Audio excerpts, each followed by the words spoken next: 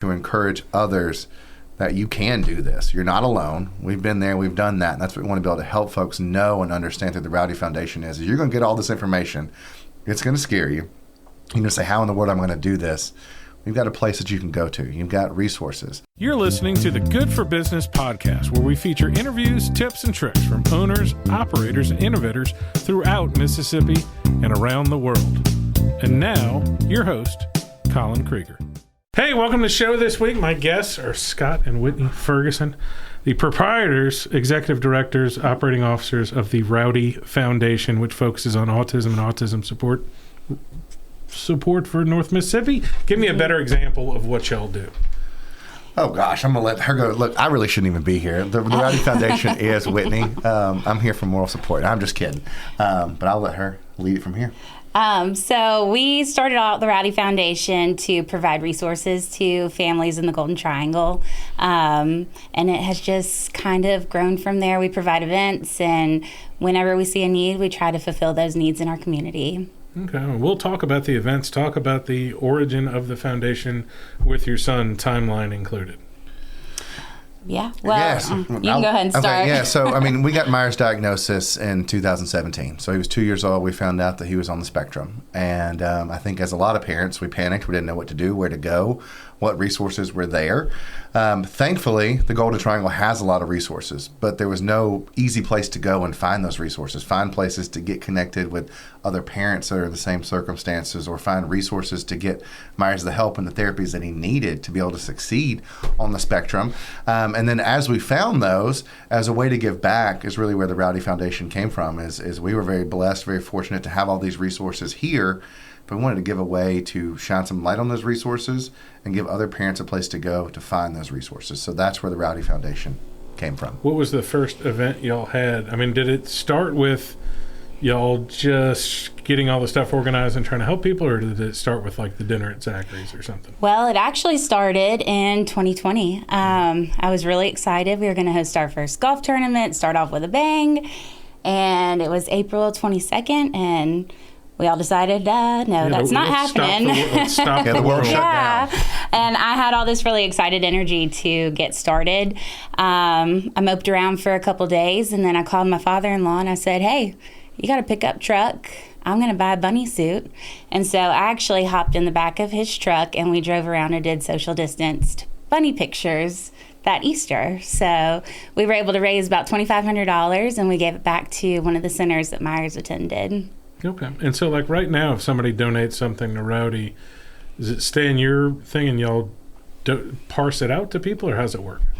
Yeah, we find different needs within the community, and we donate to those needs. Like, we did a communication board in New Hope Park, and we are currently about to install 2 here in Columbus at the soccer complex and the Bank First Yards. Explain what that is. So a communication board is for those that have trouble communicating. You can go up, and it's a picture board where they're able to point and communicate what they're wanting to do and get their words out in a different way. Yeah, so this is for a lot of kids, not only just on the spectrum, but a lot of special needs children. Communication is a very, very hard thing for them to be able to do. So having a place that they can go to and easily visually point to the things that they're trying to communicate, it allows not only parents, but it allows the other kids that they're playing with. Because that's one of our biggest things at the Rowdy Foundation is we want inclusion. We want your typical developing with your special needs, everybody to be able to function and play together, live together, see that we're not really all that different. And so being able to have those communication boards allows children to be able to communicate with each other who otherwise probably couldn't communicate, and it might lead to some frustration. Yeah. But to circle back to your question, that's what we spend our money on, is trying to find different needs in the community, or else they go directly to our events where everybody can attend for free. It's hard to nail this question down. How big of a challenge is the diagnosis itself? Because most people, I think, may overdiagnose ADHD and think that their kids are a little wild or something like that, and some of them go through it and some of it don't. How long is that time period between, some kids, I know it shows up very early, but a lot of them it's that 4.5 years old to 8, that window. Do you think most parents come into it to get diagnosed where they kind of like a man? I went to the doctor by myself last Saturday, so I really feel like I should be getting a world-class award there. An almost 50-year-old man who went to the doctor by himself. Same thing. I think some parents probably fear the truth. Yes. You know, I'm sure there's some people who overdiagnose, but there are definitely some people there. What kind of resources or what kind of advice do you have for people if they think there may be, or what are some things to look for? I will definitely say that the truth is scary. It's definitely scary to get that diagnosis or somebody even just mention it, but you can get so many more resources with that diagnosis. So when you go to the doctor, they don't look at your child and say, hey, your child's autistic. You have to get on a wait list. And a lot of those wait lists, I mean, I'm pretty sure we set our 9-year-old up for some diagnosis, and he's still on the wait list 6 years later. We haven't heard from him. So it's not always easy. It's growing more and more. There's a few people locally that are providing those services. It's just a matter of finding them and what time you get in and how their availability is. And as far as diagnosis, I've read online in some of the support groups and stuff, look, just getting ready for this, that like a good preschool's like a great place to find it. Like they have attentive teachers at school who are paying attention and not just blowing off your kids. Yes. Yeah, absolutely. I mean, the sooner you can get the diagnosis, the better. So going back to the fear that Whitney touched on, and I was in denial when we first got the diagnosis. I said, this isn't true. I'm not going to believe it. So what did I do, as any man would do? I said, I'm going to go find somebody who's going to tell me this isn't true, right? So then we went to another testing facility, and guess what? They came back and told me the exact same thing that the first facility said. Plus some. Yeah. So it was one of those things where it was a reality check of, okay, you know, I could be in denial about this, or I could say, I've got this diagnosis. What can I do to give my son the best possible life going forward? And that's the route that we chose, and I think that's the route that most parents want to be able to choose. But if we run from it and we say, oh, I don't want the diagnosis, I don't want the stigma, you don't get access to the resources, the therapies, the things that can help give them a better chance of succeeding. No, I mean, there's a large percent of the population that doesn't want to be on disability because they don't want to be called disabled. Mm-hmm. Absolutely. And they maybe can't even move. As far as, you know, it depends on where they fall on the spectrum. And some people are pretty liberal, again, just like with ADHD. Of saying, like, well, I've got this, I'm on this. Scott and I have talked about that privately, where they're like, well, you know, I'm a little on the spectrum. I'm like, are you diagnosed? Or right. you know, because there's therapy, and I won't say there's a cure, but depending on where you're on the spectrum, it gets to, are you going to be self-functional for the rest of your life? I believe right. The line in the sand there is probably Asperger's, is like, if you've got this specific, you have Asperger's, not you're somewhere on the spectrum, then you're going to have, you might be able to function if you can get one job and keep it forever, but a lot of those people, you know, just can't keep a job, and it's so hard to communicate. I've got a family member with it, and you're just like, I can't, nobody can grasp. I'm trying to explain it to you. So for like your son, will he be functional at job stuff? I mean, when I've been around him, he's pretty cool. So I mean, I like to think we've gotten him to a good place. That's but the goal. You never know. Yeah. I mean, look, I don't know if my 19-year-old's going to be functional in the world, right? I mean, so it's very hard to say. Whitney and I actually question your... Yeah, I mean, look at me, right? Have you been to the doctor a lot? I have not, actually. She'll be the first one to tell you I need somebody to hold my hand. And I say that jokingly about my 19-year-old, but I mean, looking at our 9-year-old now, as far as he's come, in the beginning, when we first got that diagnosis, going back to the fear, we were told that he's probably never going to talk. You've been around our son. Yeah, and they based it on a scale from 1 to 4. And knowing Myers the way that you do, I mean, I used to pray for him to talk. Now the kid doesn't shut up on the scale. He was a 4, so we had no idea. I just prayed and hoped, and I mean, here we are today. It's what interventions you can get in between to get him what he needs. Well, especially before the age of 10, too. Yes. Oh, absolutely. When you talk about the most statistically important thing to do for your children, more importantly, being wealthy, is sitting and playing and talking with them from birth to age 9. And so I'm sure y'all had a huge impact there. Well, absolutely. I mean, you want to be a part of that. You've got to make the most of the time that you're given with your children, right? No matter whether they're on the spectrum or not. I mean, we've all got to do that. But going back to the earlier you can get that diagnosis, the sooner you can get those things going. But at that very beginning diagnosis, they told us that our son needed 40 hours a week of therapy. Well, guess what? You can't find 40 hours of therapy. There's not enough providers in the country for anybody to get that. So as a parent, you get some guilt saying, well, he needs 40 hours a week of therapy. Oh my gosh, I can only find 7 hours a week of therapy. And that was incredibly lucky to find 7. Mm-hmm. So you've got to put in the work as well, because you can't get a therapist or an ABA instructor. There's not enough of them to do all the therapy. And that's where I'll give Whitney, all the credit. I mean, she dug in, she learned what had to be done. And if we weren't in therapy, she was carrying those practices into the household. And so this podcast is not about us bragging about what we've done, but it's showing to be there to encourage others that you can do this. You're not alone. We've been there. We've done that. And that's what we want to be able to help folks know and understand through the Rowdy Foundation is you're going to get all this information. It's going to scare you. You're going to say, how in the world am I going to do this? We've got a place that you can go to. You've got resources. Whitney is a fantastic resource. She can connect you with therapists, counselors, instructors, all those different things to give you that hope that you need. Because I think in parenting any child, we need hope, but especially if we've got a special needs child, we need that hope of knowing that tomorrow's going to be a better day than today, each day going forward. Well, and it speaks to the strength of real people over Google and AI, that when you can talk to somebody for 20 or 30 minutes, the same way I can talk to somebody in a real estate sense or a financial sense, as opposed to them going to Google and it says autism therapist. And they may go to 2 or 3 people who just aren't their cup of tea or don't deal with their specialty. That's right.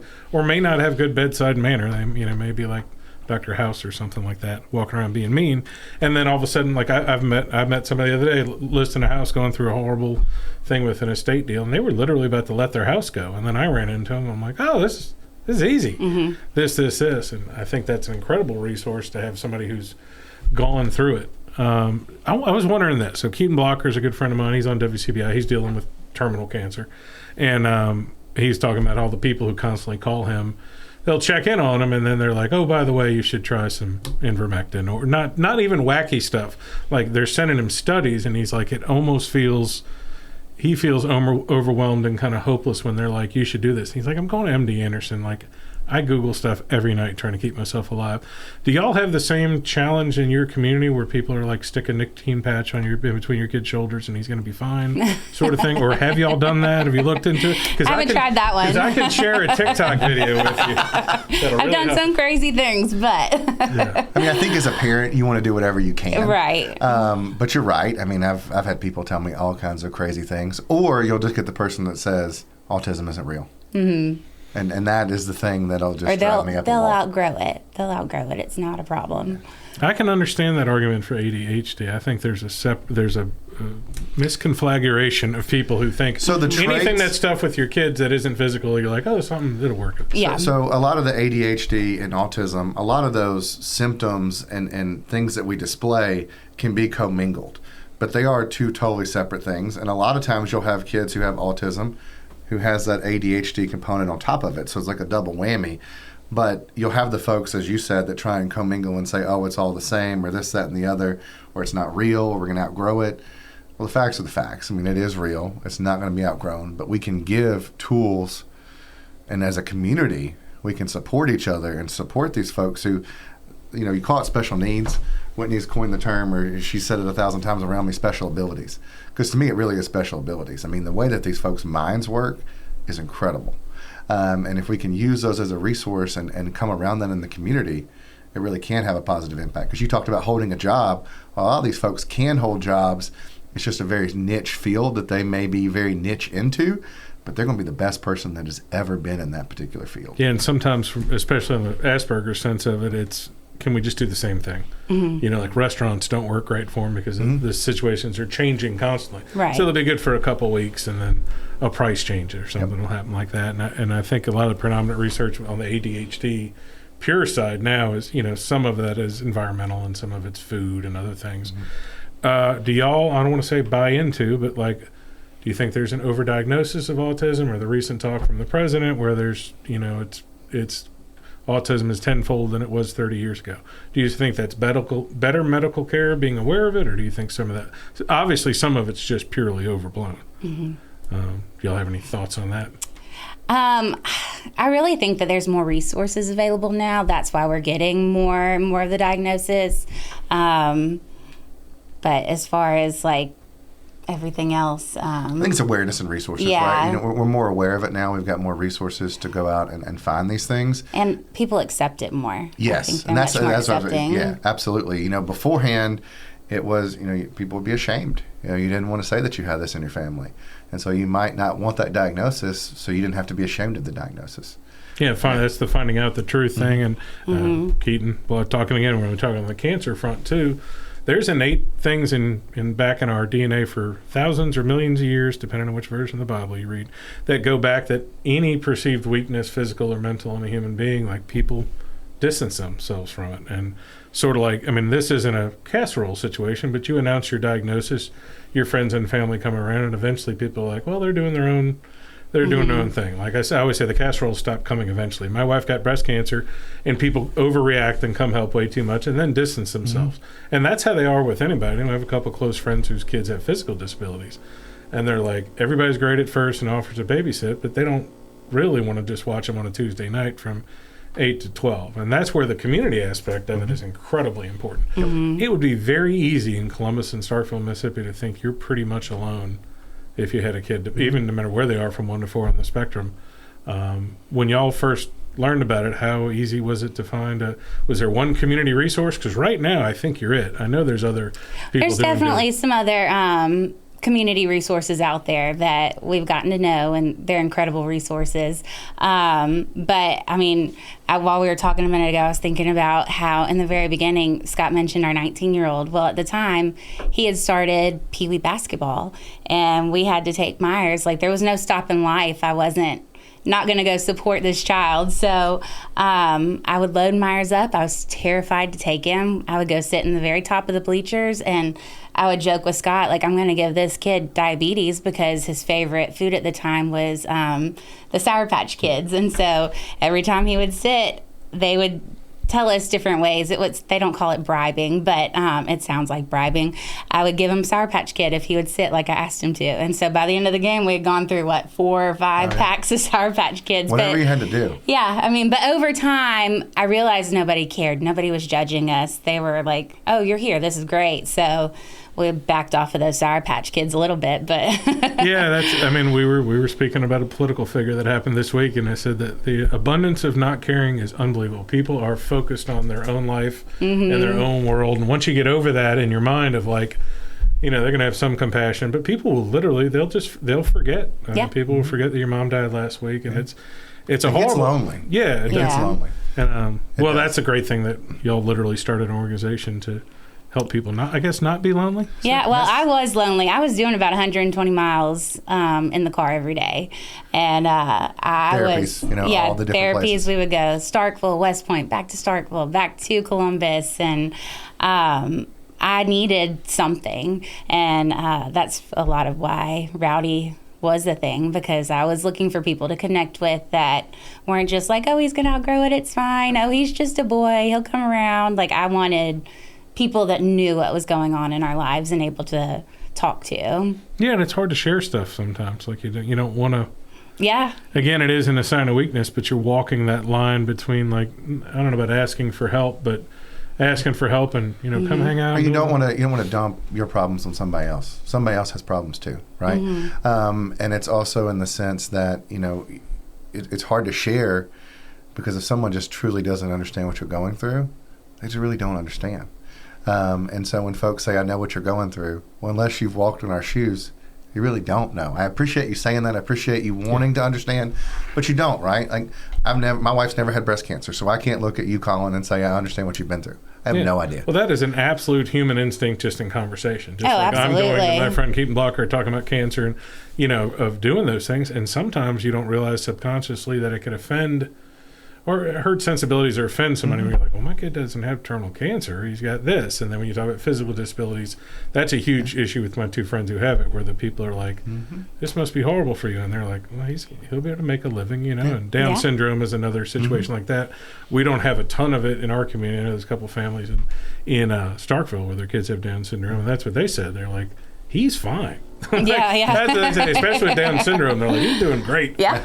And but they talk about the scary part is, can they make a living when I'm gone?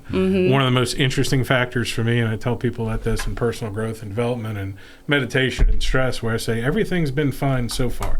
Like, y'all have an incredible burden financially and time-wise, but somehow you make it work, and it almost functionally works by itself. So, like, my wife had breast cancer. I had help with the kids. My kids had to step up. She didn't work. I was more successful. Y'all have been exponentially more successful because you're trying to help the community.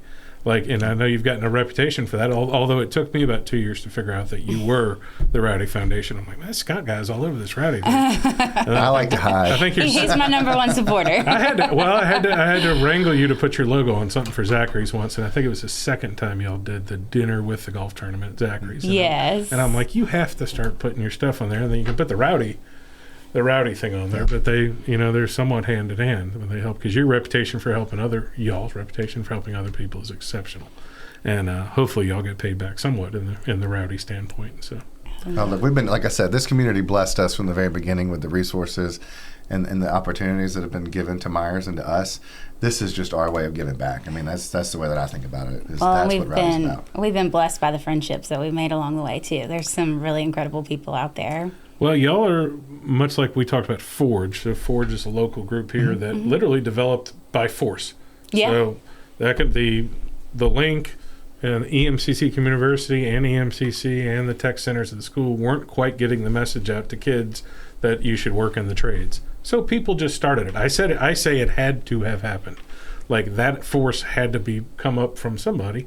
And, of course, a couple of good friends of mine created it, and now it's a statewide organization. Yep. Same thing with you. This happened by necessity. We're in impoverished rural Mississippi where there's a lot of cases of autism and the people had nowhere to go. Well, somebody had to do something. And I'm glad y'all had the foresight and the energy to push through it. So it's kind of like you said that with Forge, that no one was just doing a good job of telling the story, because there are resources here. Yeah. There's TK Martin over in Starkville at Mississippi State University, fantastic special needs preschool. Golden Triangle Autism Center in West Point. There's autism facilities here in Columbus. There's things that are here. It's just if you don't know where to go or what's out there, you don't know what you don't know. And so there was not a good story being told about what was out there. And I'll give Whitney all the credit for that, of being out there telling the story, championing these places, and showing folks where they can go to get help and resources. No. Well, and I'll be honest, very candid, I said, as soon as we got Myers' diagnosis, I said, we're getting out of here. We got to go find someone. Yeah. And he point blank said, well, I'm not going anywhere. Business is here. We're kind of tied. Yeah, we're tied here. And so I was like, okay, here we go. In a different realm with less seriousness, my wife and I did the same thing 13 years ago. We're like, we're not going to wait to get invited to parties. We're not going to wait for somebody to champion the community. Like, sometimes you have to put a flag in the ground and do it. Mm-hmm. Especially when you have some of the resources here. The Dream Center, John Allman in West Point and Columbus is a great example of that. Where, like, when he came up with the idea, I'm like, you're insane. There's like 70 Dream Centers around the country. I believe, like, in the percentile, we're in the 18th percentile population-wise. The next smallest one is around 700,000 people. Mm-hmm. And here he's around 200,000. But money-wise, plenty of people would love to hear a story about a kid needs a bed and give him money. Absolutely. And same thing. He just created it and had this unreasonable thing. I like to surround myself with unreasonable people.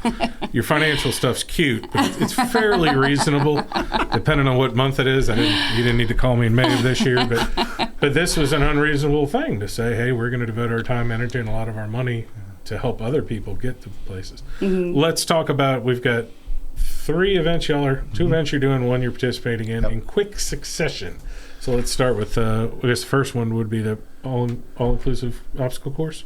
Yeah, so that's Rowdy Races. I had that idea set in my brain since we started. I wanted to do something outdoors, get the kids involved. So that's an obstacle course that we hold at the soccer complex. There are 2 routes. You can have wheels or you can be on your feet.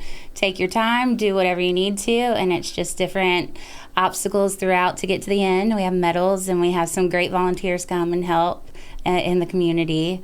This is my favorite event. Look, seeing all the kids, kids in wheelchairs, kids running right next to them, who in a normal, typical race wouldn't be able to compete together, right? But they're out there having fun. They're cheering each other on. They're pushing each other through. Every year there's a big foam pit kind of thing. It's just so much fun watching these kids get to interact, who otherwise would be in separate events, separate things. They would be separated. We're bringing everybody together. Let's have fun together. Mm-hmm. And to me, that's Saturday, September 20th? It is, yeah, it is. And something else to note on that is it's not just wheelchairs. Something that I always feared with Myers, he eloped a lot. He ran anytime we would go somewhere. Mm-hmm. And so you can push kids in strollers. It's not an issue. And you've got parents that run this. It's everybody's participating in this. To me, it's just so cool. Things that, normally just can't happen. Well, we said, yeah, it can. And we brought it all together. So how do y'all reach out to people for that other than advertising or going on something like this? Do y'all like email schools and stuff, or the TK Martin Center, that sort of thing? Yeah, we notify the schools and let them know, and we use a lot of advertisement on Facebook. And you get some billboards too. Well, billboards for the other part. So what time is it going to be that Saturday? 10 o'clock. I see. We have a fancy flyer, and we're going to put that flyer, ding. Oh, man, magic. That'll show up too. So, okay, then move on to the next event. Yeah, so maybe we're a little crazy because we like to do things in succession here. So on September 25th, we do one big fundraiser a year. And that's where we really ask the community to get behind us, help us fund some of these things that we do over the course of the year. And this year we're doing something new. It's called Rowdy's Roundup. It's going to be on September 25th at 8 o'clock at Prairie Wildlife. It's going to be a clay tower shoot. If you've never shot before, if you're an expert sportsman, clay shooter, we want you to come join us. You're going to have fun that day. We're going to make it a fun event themed around Rowdy's Roundup. So I'm really, really excited. If you know me, I'm a shooter, so that kind of fell in my wheelhouse. She's a pretty good shot too. She keeps that. I was going to ask if we're not going to allow your oldest son to participate in this, right? No, he's a sharpshooter, so that would be unfair. I'd like to note that their oldest son is a near world champion junior Helix. Yes. I get closer and closer. Yeah, Helix every time. I get closer every time. So he's a crack shot. So yeah, he can't compete anyway. So he can shoot, but he's not competing for the trophy. How about that? That'd be good. And how much is it to do this? Or it's $250 per shooter. We've got various different sponsorship opportunities, teams, corporate teams, however you want to do it. And you can find more information on getrowdy.org. Yeah, we'll be doing lunch, and at the end of the day, we'll be doing a cigar and bourbon tasting. So what time is that event from? What's the date and time on that? It's the next Saturday. No, Thursday. September 25th. The event's going to start at 8. We'll have lunch sometime between 12:30 1 o'clock, and then we're going to have that bourbon and cigar tasting after that. So it'll be a full day of at Prairie Wildlife, too. At Prairie Wildlife, that's which right. I hear is pretty fancy. I haven't been, but I'll be for beautiful. That, so. It's a hidden gem in the Golden Triangle. I talk about Mr. Jimmy all the time. He's one of my favorite people, and he's opened this place up. I mean, it's open to the public. Prairie Wildlife, if you haven't been, it's a place to check out, and we're excited to show people this place and have some fun and getting rowdy, raising funds for the Rowdy Foundation. Cool. And the flyer for that is, ding. See, we're nearly professional here. And then the third part is Little Hands, Big Trucks, right? Yeah. October 5th-ish? 4th. Yep. That weekend close enough. Obviously the biggest. 10-4, beep. Hey, we didn't even come up with that or try and do it around that, but that's pretty funny, right? That is the busiest Saturday of the year, but everything's in one place. It's the soccer complex. Munson has their, Munson Brothers has their Oktoberfest. That's right. Yep. It's family friendly during the day, and y'all have the car show. So Little Hands, Big Trucks. It's like a $5 donation, right? That's right. And this year we're partnering with Forge. So all of the proceeds from the event are going to go to the Forge Foundation that you touched on earlier. We're going to have Rowdy's Sensory Hour from 9 to 10. No horns, no lights. No horns, no lights. And we'll have a sensory tent. People can stop by if they need to take a break. We'll have things for the kids to take home. It's my favorite hour of the day. I, as a big fan of quiet, I have a 2-year-old corgi, so quiet does not exist at my house anymore. But as a big fan of quiet, I like that portion of it, even though I have horns and lights on my car and stuff. Absolutely. What any guess on what percentage of the autism of the spectrum is a big or huge deal for them? I mean, we see the examples of the kid covering their ears up and that sort of thing. I don't know. I mean, I would say probably 75%. Does that seem like a fair number? Does it just kind of go hand in hand with the over-processing of information? Yeah, overstimulated. Overstimulation. That's right. But you've got like typically developing children. Like our daughter, she's very typical.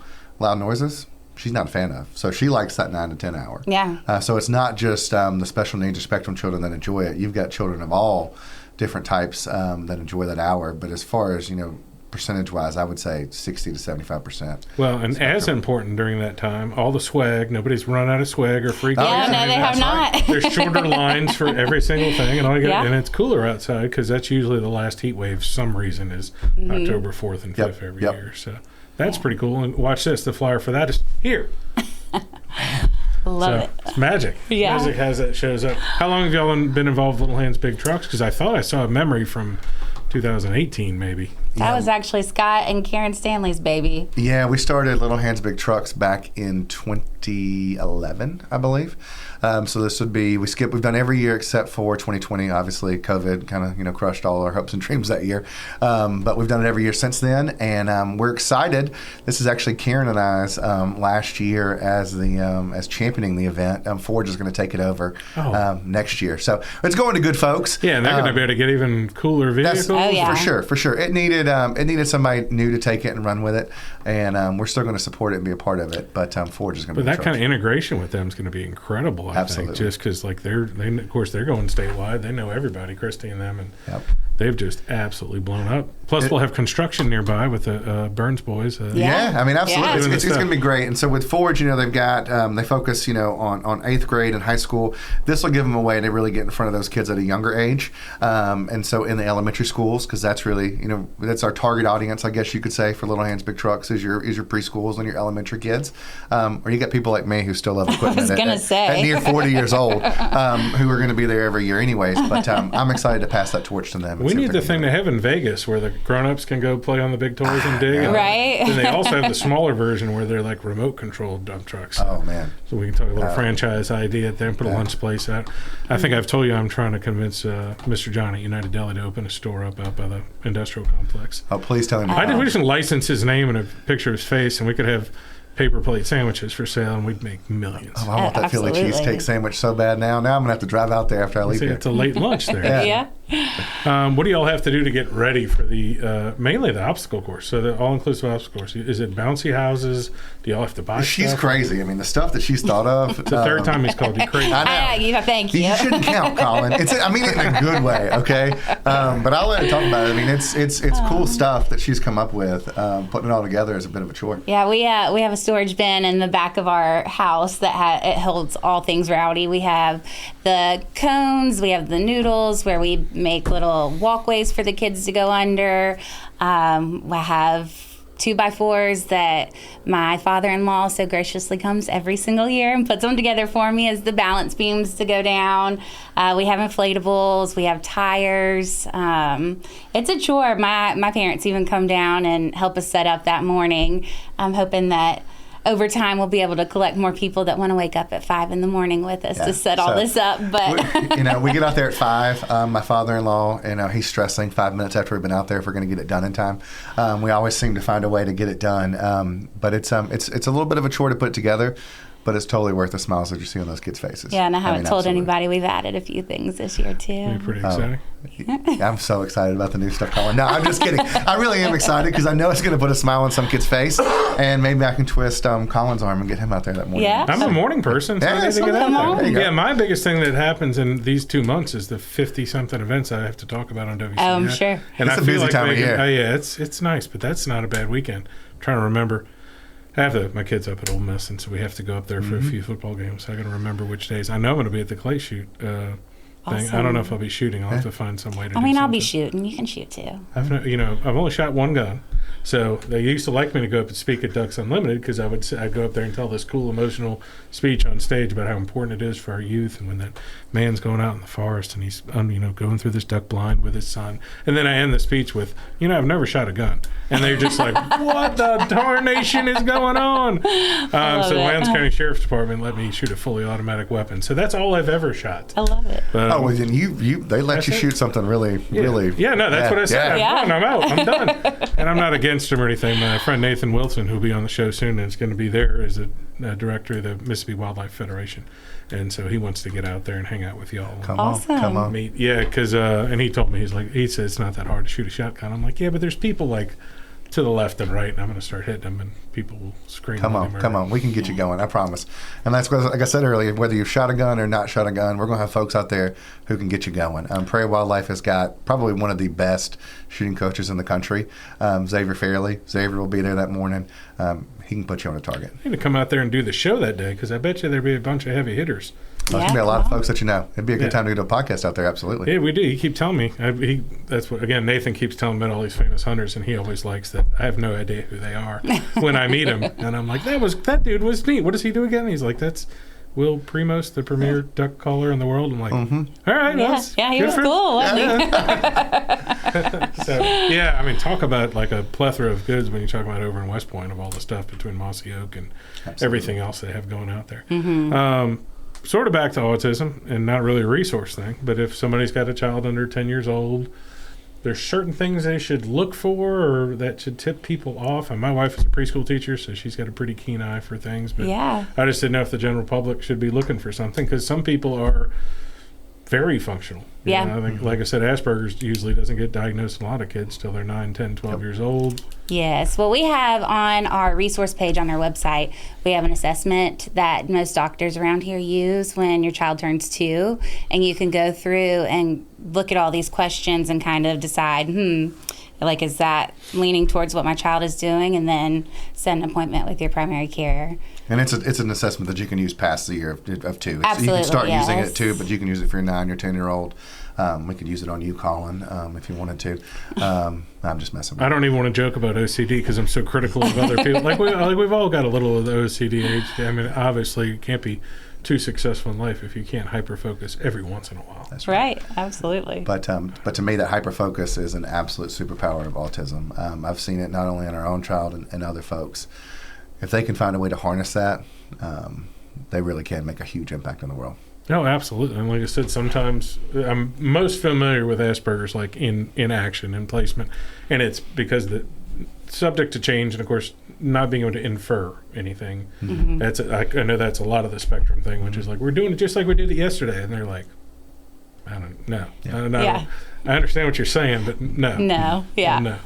And Rowdy's, can he crack shot with a gun yet, or how are we doing? He started. We finally gave in. He's not too bad, but he doesn't have the hyper focus on the guns just yet. That could be the origin story of some sort of assassin movie or something. I'm seeing Mark Wahlberg is he Rowdy. Really wants to be a movie producer, so. I mean, and again, I think if he can hyper focus on that, I think he could be fantastic at it. Talk about less barriers in your way than ever before. You know, like I said, they've made Catfish Alley Studios, Mississippi's only Web 3.0 studio, has made it so easy to do the podcast here. Absolutely. And I've started doing videos because I've realized finally the editing software for the videos is dummy proof, and like the kids do what they can do with movies and everything else now is incredible. Oh, they can work iPads better than me. I don't know how to do half of it. So that's grown-up stuff. We've got 3 kids that fall in those different, not spectrums, but sections. But the oldest one's 18, so she grew up without it.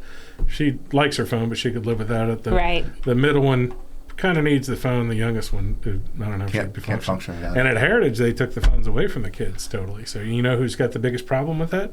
The parents. Yeah. He's like, I want to be able to text my kid at lunch. They need to know what's going on in my life. And like, the first couple days, Julie was a little hesitant. Now she's like, yes, she's learning more. Yeah. I mean, look, we all survive without it. We're here. Yeah, you got to do stuff in real life, and that's what these events are about too. We've talked about social media and marketing on the podcast before about like now you have to do stuff in real life. Not everybody's on Facebook. And 2020, everyone was on Facebook. Every event was on Facebook. And now we're back to where some people are magazines, some people are radio, some people are this. And y'all do billboards mainly for the Rowdy Shootout, right? Yeah, so we've got a billboard up right now for the Rowdy's Roundup. Just trying to get some. Well, that's the biggest thing that we need is we need participants. We want folks to get out there that day to learn more about us, what we're doing, seeing some other folks who support us, and really getting that event to be a big event. But we do so many other events out of the year. I know we've talked about the Roundup and we've talked about Rowdy's Races. But when you want to talk about some of the other things that we do, because I think that's, as you said, the real world stuff, that's the stuff that really gets me excited and all the other things that we do. Absolutely. So this past year was our first time partnering with the Golden Triangle Theater, and we did a sensory-friendly viewing of one of their shows last year. We have 2 coming up this year. Elf is in December, and then we have one at the beginning of next year. We also do sensory-friendly movies. Just different things that we do. We try to provide for the teachers. So we've done sensory boxes in the past. We're doing the communication boards. I'm trying to think of other events. Sensory Santa? Sensory Santa, yes. Why don't you tell folks what sensory, when we say sensory this, sensory that, what does it mean when we have a sensory event? So what does it allow folks to be able to participate when it's a sensory I guess event? that would be an important bit of information. Well, we think everyone knows. We think, yeah. That's the reason you have to talk everything out, because you just assume everybody knows what in my world, I know exactly what it is. So, for example, when we do the movies, they turn the lights up a little bit. They turn the sound down. There's no concern about kids kids walking around, getting up, if they're dancing in the middle, which I can't say that my kids don't do that during a normal video, but there's no question. I mean, if you have to chase your kid up and down the stairs because that's all they want to do for the hour and a half that you're sitting in the movie, so be it. They have the option of I'm trying to think of what else they do. I mean, it's like a judgment-free zone. Is kind of what basically. I would say, right? So the lights are up, the sound's down. At Sensory Santa, you're in a room by yourself, so it's not like when you go to the mall to see Santa. Oh, I still everybody's around. have nightmares about that. Yes, and your kid, they may be really excited to see Santa, but then they get in there and it's just overwhelming because it's so sensory overload, right? You've got the smells of Christmas. You've got Santa in his big red suit. You've got Mrs. Claus there. There's so many things.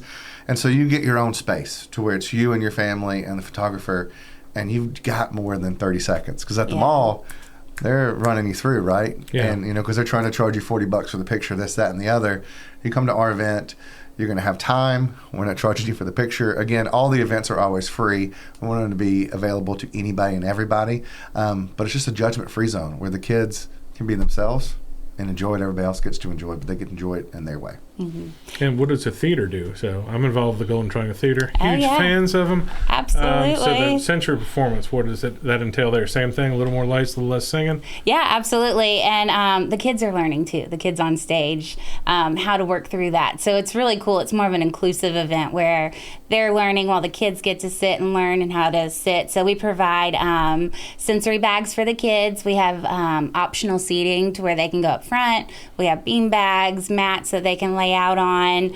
A lot of them, I think we did Frozen last year, if I'm not mistaken, and there was fidgets, a lot of things singing. they can play with. Yeah, I bring him along because I'm really good at writing it on paper and talking it out on the phone. But when a camera's in front of me, she pulls it off. Not she pulls it all off. I'm just reciting the stuff that I know that we've been able to do. But it's just a way to give the kids something to, if they need something to fidget with while they're watching, fidget and watch the show. Well, and it's a great tool. I've had with the movies, I've had a lot of feedback that the kids are able to go and experience it because they've always been terrified that they're going to ruin, the parents are worried they're going to ruin somebody else's experience there.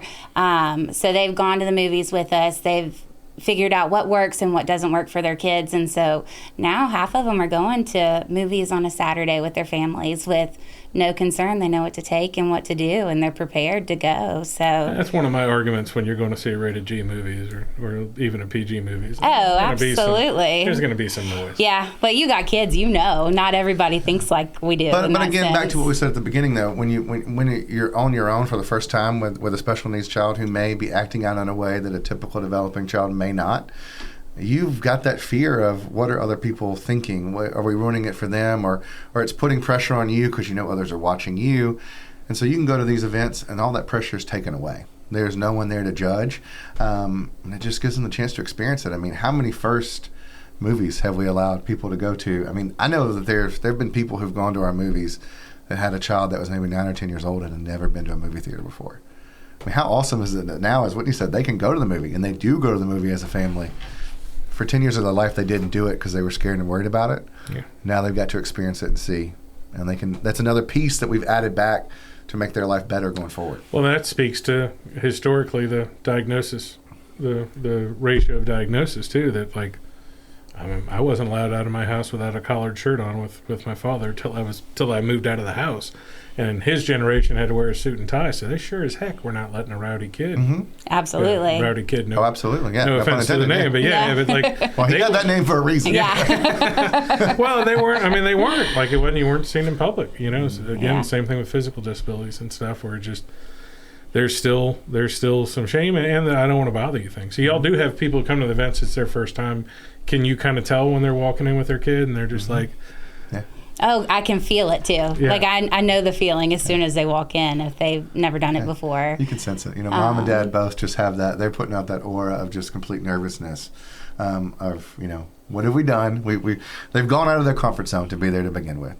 But then at the beginning you see that. But then at the end when they come out, totally different. It's like you can just see the release of, wow, okay, we can do this. This is another thing we've conquered. Mm-hmm. Well, I have had discussion with Keaton Blocker. He's got terminal cancer, and we've talked about how there's a lack of it's not a lack of concern, but a lack of obvious care for the caretakers and stuff. Can you talk about how that's different or the same in the autism community about the parents who are dealing with it as much as the kids? Because in some situations, depending on where on the spectrum, it's the same as Down syndrome, where they might be blissfully unaware. They may think they're awesome, and they are awesome. Absolutely. But the parents are so nervous about it. Do y'all have resources for the parents too to deal with it? Well, we have the resources available for them to look at. We tried to do a support group at one point in time, but we just haven't been able to keep it a steady flow as far as having childcare and making all that work. So I'm an open book if somebody calls me, but as far as resources, there's some other organizations in our community that do really well with the caregiving aspect. Is there, outside of the professional spectrum of nursing and stuff, is there a certification a babysitter somebody could get? Because like my daughter had like 4 different ones, which were for like, one was for physical disability, one of them was for choking, one of them was for drowning, one of them was just baby care. Do you know if there's a certification for handling kids with autism? Because that would be really valuable. That's a good question. It would be really valuable. Yes. If you could get babysitters to come take a 3-night course. That would be a very cool resource to have, I always just went on a wish and a prayer and said, here we go, I need a night out. You got her wheels turning now, though. You can see it. She's thinking about this. I mean, we've luckily we found a really good babysitter, and that's hard, though, is doing that. And you're talking about the parents, and I'm not ashamed to say this, I mean, finding somebody to talk to. I mean, we've both been in therapy literally since right after his diagnosis, and that has been fantastic for us because some weeks there's nothing to talk about, and that's okay, but some weeks you're carrying something very heavy that you need to get through, and so having somebody to talk to, whether it's a therapist or support group, as she said, there's other groups in town that do have some really strong ties with that. It's important because as a special need parent, some days, weeks, months go by great, and then sometimes you just hit a wall and you think, oh my gosh, how are we ever going to get through this? Mm-hmm. Yeah, I don't imagine not just being a parent, but the caretakers, if you're bringing mom in or whatever to come watch, she may have the patience but not the lightning quick awareness. Am I correct about that? Because again, I've been around your son a little bit. Like, oh yeah. He might be here today. I'm now not sure. They've had Whitney training, but that doesn't qualify you for anything. Well, as she said, I mean, this is just speaking to our child. I mean, but like he was a runner when he was little, and so in our house there were the top latches on every single door, and they were deadbolts because if we didn't lock that door, if we turned around for 1 second, and it could literally just be that we went to the pantry, he could be gone. And so I know that we're not the only one that have gone through that type of situation. So there's all these different things where you've got to make sure that everybody that's in the situation knows all the different moving parts and pieces to that individual and the way that they think. That's hard. Yeah, and that's not something that I would just casually be like, hey, Colin, guess what happened last night? If he had run down the driveway, which that actually did happen. Bless that FedEx woman that drove in the driveway at the time that she did. She was 9 months pregnant with our daughter, and he bolted down the driveway, and he made it to the street. And we have a long driveway. But thank God, that FedEx lady, as she said, was not even coming to our house. She just saw him literally walking into the street and stopped. As she can see, a very pregnant 9-month-old lady wobbling down the driveway trying to come get their child, right? So it's hard. But the hard days, the sun will come back up, Yeah, the good days outweigh the hard days. They do. But having somebody you can talk to, I think, is incredibly important. We're very fortunate in the sense that we're both on the same page. I know for a lot of folks, special needs can be hard on a relationship, right? Absolutely. I mean, as you talked about earlier, sickness in the family. I'm sure that's hard on a relationship, right? Because one person says, oh my gosh, I'm making everybody else go through this. And then you're saying, oh my gosh, I'm carrying all this weight. I mean, all that stuff weighs, right? So whether you're communicating with each other or getting somebody else to communicate with, incredibly important. All right. So if people want to find you, support you, and find out about the events, where do they go to? We go to www.getrowdy.org. That's the easiest place. I know you'll have some presence on Facebook and on billboards and on this flyer, and this flyer. Ding. The 3 events going in there. Thanks so much for coming today. Thanks I can't wait to us. see you later this month. Yeah, absolutely. 3 times. Yeah. All right. Hey, guys. Thanks for listening to the podcast. My name is Colin Krieger, and my day job is real estate. If you're looking to buy or sell, I'd love to talk to you. Or if you just want to sit and talk real estate in a no-pressure situation, I'd love to help you. I work with RE/MAX Partners in Starkville, Columbus, and West Point, Mississippi. I can help you find an agent anywhere in Mississippi or anywhere in the country. Just reach out to our office at 662-327-7705 or find me anywhere when you type in 662-329-SOLD.